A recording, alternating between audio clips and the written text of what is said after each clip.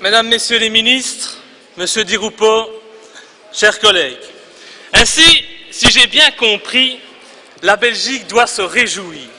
Di Rupo Ier, le sauveur de notre pays, est parmi nous.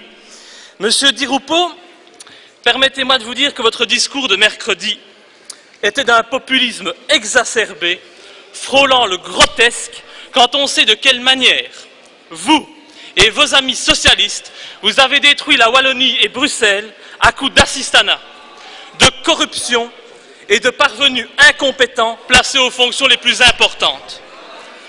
Aujourd'hui, mes chers collègues, j'ai peur. J'ai peur pour mon pays, mais aussi et surtout pour mes concitoyens, qui seront, à n'en point douter, les premières victimes de votre politique. Vous dites, Monsieur Di Rupo, que vous avez entendu l'appel de la population. Eh bien, je confirme.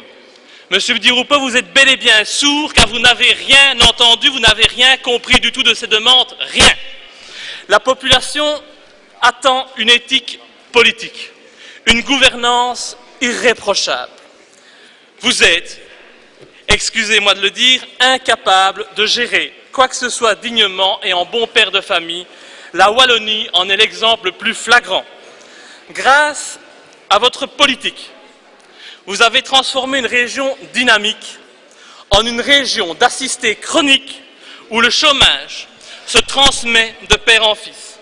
Une région riche de ses hommes et de ses joyaux en une région sinistrée et dépressive. Une région qui a toujours brillé par la qualité de son enseignement, en une région qui est aujourd'hui, en la matière, le cancre de l'Union européenne. Une école où les mots respect, discipline, effort ont perdu tout leur sens. Que dire aussi des nombreuses aides européennes que vous avez gaspillées dans des projets inutiles, comme par exemple le pass qui vous est si cher à Mons. Que dire des routes wallonnes, qui sont la honte de notre pays et qui ressemblent à des gruyères, tant ceux qui se sont servis au passage sont nombreux. En Wallonie et à Bruxelles, le bilan des politiques socialistes est catastrophique. Pourtant, je le concède, le PS est toujours le premier parti, malheureusement. Vous avez donc un mérite, on ne peut pas vous l'enlever, c'est celui de bien savoir mentir et d'avoir su, grâce à votre populisme et à votre clientélisme, assurer votre avenir et votre pérennité. Mentir, tromper la population, je dois avouer, c'est ce que vous avez brillamment fait ce mercredi.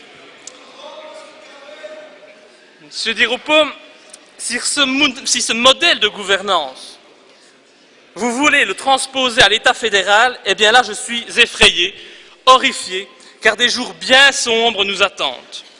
Vous osez également affirmer que vous serez le Premier ministre de tous les Belges. J'espère que c'est une blague. Comment voulez-vous être le Premier ministre de tous les Belges si votre gouvernement est minoritaire en Flandre et que votre néerlandais est exécrable?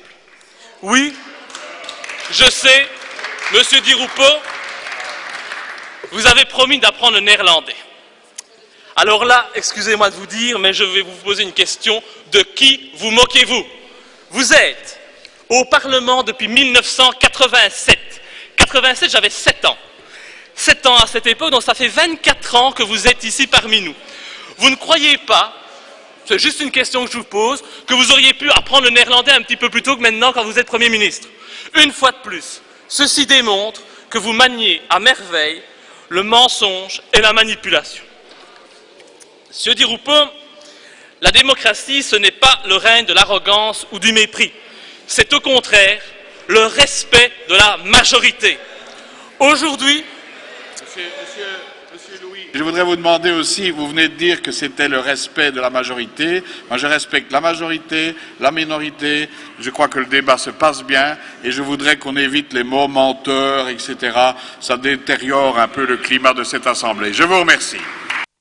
Je vous rassure, Monsieur le Président, j'en avais terminé avec ces qualificatifs. Aujourd'hui, Monsieur Di Rupo, vous affirmez parler au nom de tous les Belges, alors même que vous allez imposer à la plus grande communauté de ce pays des mesures et une politique qu'elle n'a ni souhaitée ni soutenue. Votre vision de la démocratie n'est assurément pas la mienne. Alors, bien entendu, il y a dans cet accord gouvernemental des choses positives, quelques-unes, à côté de la multiplication des nouvelles taxes et de l'acharnement toujours plus important à l'égard des classes moyennes.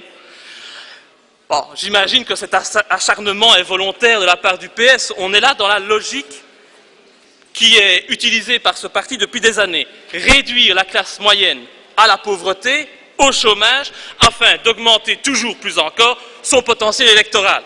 Je l'avoue, jusqu'à présent, c'est vrai, cette politique est payante. Payante pour votre parti, même si pour notre pays, elle est gravement néfaste. Enfin, revenons-en aux éléments positifs. C'est vrai qu'il faut chercher, parce qu'il y en a très peu, surtout si on met de côté les effets d'annonce. Mais bon, un effet positif, c'est la scission de BHV. Il faut dire qu'il était temps. Cela fait des années que cette ineptie existe au mépris de nos compatriotes néerlandophones. Et maintenant, vous l'avez fait, c'est vrai, vous n'aviez pas d'autre choix. Cette scission ne mettra pourtant pas un terme aux querelles linguistiques ni communautaires, tant que les communes à facilité seront maintenues. Ces communes à facilité, n'en déplaise au FDF, sont une aberration et un non-respect de notre fédéralisme. Elles vont à l'encontre du principe d'égalité entre tous les Belges. Dois-je vous rappeler, Monsieur Di Rupo, pourquoi nous avons opté pour le fédéralisme? Je n'étais pas né à cette époque, mais votre parti, lui, était déjà à la manœuvre. Mais nous avons opté pour le fédéralisme parce que les francophones de l'époque, ils refusaient d'étendre le bilinguisme à l'ensemble du pays. Parce que les francophones de l'époque étaient les premiers régionalistes et les premiers nationalistes de ce pays. Vous avez alors choisi le fédéralisme. Moi, je ne vous dis qu'une chose, il est temps de l'appliquer. L'arrogance francophone ne peut plus exacerber les conflits communautaires. En supprimant les communes à facilité sur l'ensemble du pays, vous respecterez enfin la Flandre et nous pourrons avancer vers une Belgique de demain, une Belgique, je l'espère, plus unie. Un autre point positif, c'est que vous avez décidé de limiter le chômage dans le temps et d'encourager le travail. Alors, ce ne sont malheureusement que des mesurettes qui n'empêcheront pas l'assistanat. En matière de limitation du chômage dans le temps, vous auriez dû suivre la proposition que j'ai déposée devant cette Chambre. Vous aurez alors mis en œuvre une révolution positive. Malheureusement, votre système ne fera lui que transposer les problèmes au CPAS du pays. CPAS du pays qu'il faut, si je dois vous le rappeler, sont déjà étouffés par les effets néfastes des politiques d'immigration incontrôlée de ces dernières années. De plus, en maintenant les fausses aides à l'emploi, comme les plans Activa, Win-Win, vous ne faites qu'augmenter le nombre d'emplois subsidiés dans notre pays.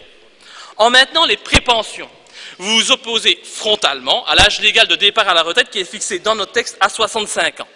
Supprimer les prépensions, sauf pour les métiers à forte pénibilité, voilà ce qui aurait été une mesure courageuse, une mesure bénéfique et non électoraliste. Le courage a dû vous manquer, je ne sais pas pourquoi, mais ça ne m'étonne pas.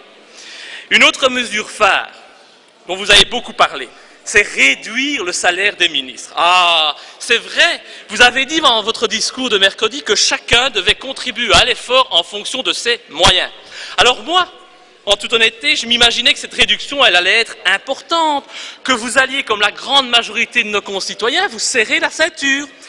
Mais quelle déception quand j'ai lu votre accord gouvernemental. Cette réduction n'est que de 5 malheureux pourcents, 5 malheureux pourcents, environ 500 € par mois en fait. Et donc, c'est vrai, vous allez faire un effort, vous allez aller manger une fois en moins par mois dans les grands restaurants où vous avez vos habitudes et dont vous êtes déshabitués. C'est vrai, cela doit être un effort considérable. La population, celle qui regarde à ne pas consommer trop de chauffage, quitte à avoir froid, celle qui se prive de viande ou de poisson pour les laisser à ses enfants, celle qui évite d'aller chez le médecin, qui évite d'aller chez le dentiste, celle qui connaît des fins de mois difficiles, cette population que vous dites représenter, mais que vous n'écoutez plus et que vous ne connaissez plus depuis longtemps, cette population vous remercie pour l'effort que vous consentez. À côté de tout ceci, et si on explique le blabla et les belles paroles, il est difficile de croire que vous allez améliorer notre pays en matière de sécurité, de justice ou d'immigration. Il s'agit pourtant là de sujets qui intéressent notre population en priorité. Les citoyens réclament une justice équitable, une justice qui met les victimes au centre des préoccupations et qui agit avec moins d'égards et moins d'humanisme à l'encontre des criminels. Votre politique ne va pas dans ce sens. La population veut également vivre en sécurité. Elle veut savoir que dans notre pays, il n'y a pas d'infraction sans sanction. Malheureusement, on constate qu'il y a de plus en plus de zones de non-droit et que vous ne proposez rien pour résoudre cette situation. La population réclame aussi que l'immigration soit contrôlée, régulée et qu'elle ne se fasse plus, comme c'est le cas aujourd'hui, sur le dos des contribuables qui travaillent. Les citoyens n'acceptent plus l'immigration intéressée. Cette immigration qui attire non pas des personnes qui veulent travailler, qui veulent s'intégrer, mais bien des personnes qui ne sont pas des demandeurs d'asile et qui viennent en Belgique pour profiter des avantages sociaux que nous leur octroyons gracieusement, alors même, permettez-moi de vous dire, que chaque année, nous laissons certains de nos compatriotes mourir de faim et de froid dans la rue. Votre politique ne fera qu'accroître les tensions entre les autochtones et les allochtones, et c'est inacceptable. En ne voulant pas résoudre le problème de l'immigration, vous creusez plus encore le fossé qui vous sépare des citoyens. Vous exacerbez la haine et le racisme, et vous faites le lit de l'extrême droite. Tant que vous n'aurez pas décidé de donner priorité au retour forcé, en expulsant de notre pays les illégaux, le problème ne sera pas résolu. En conclusion, et pour reprendre l'image que vous avez utilisée dans votre discours, je dirais que la Belgique sous Di Rupo Ier, va être un laboratoire. Mais permettez-moi de penser que vous avez plus l'allure de Gargamel que d'Einstein, et que pour paraphraser Peyo, et rester dans la logique, la politique que vous allez mener assimilera de plus en plus notre pays au pays maudit. Ten slotte, beste collega, wenst ik enkele woorden in het Nederlands te zeggen. Ik wens aan alle Vlamingen te zeggen, aan Vlaanderen in haar geheel, dat alle Franstaligen niet tevreden zijn meneer Di Rupo als eerst minister te zien aankomen. De Franstaligen dat ik vertegenwoordig zijn helaas in Wallonië of in Brussel geboren. Geen kans. Ze zijn geboren op de slechte kant van de taalgrens. Ze kennen de gevaarlijkheid van de socialistische politieken. Ze schamen zich over de realiteit van hun gewesten. Ze begrijpen dat de Nederlandstaligen meer autonomie en bevoegdheden vragen. Gezien de situatie van ons land, het verschil tussen de Vlaams en de Waals mentaliteiten, ben ik bang voor mijn land. Ik heb het ook altijd beschermd, maar ik stel me nu veel vragen. Met oprechtheid begrijp ik nu waarom meer en meer Vlamingen voor N-VA stemmen. Ze zijn het beu van de actuele politieken, het beu van de suprematie van de linkse partijen, terwijl ze voor rechte partijen stemmen.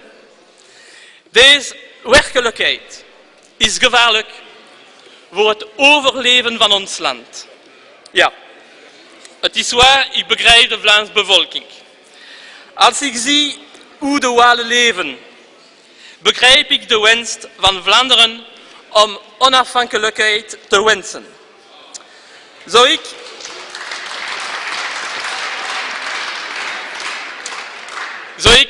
Nederlandstalig zou zijn, had ik hetzelfde gewenst hebben. Meneer Di Rupo. Non, monsieur Madran, s'exprimer en néerlandais, ce n'est pas de la trahison. C'est du respect de l'autre communauté. Meneer Di Rupo, u bent de doorgraver van Wallonie en Brussel. Ik hoop dat u niet de doorgraver van België zult zijn. Ik dank u, je vous remercie.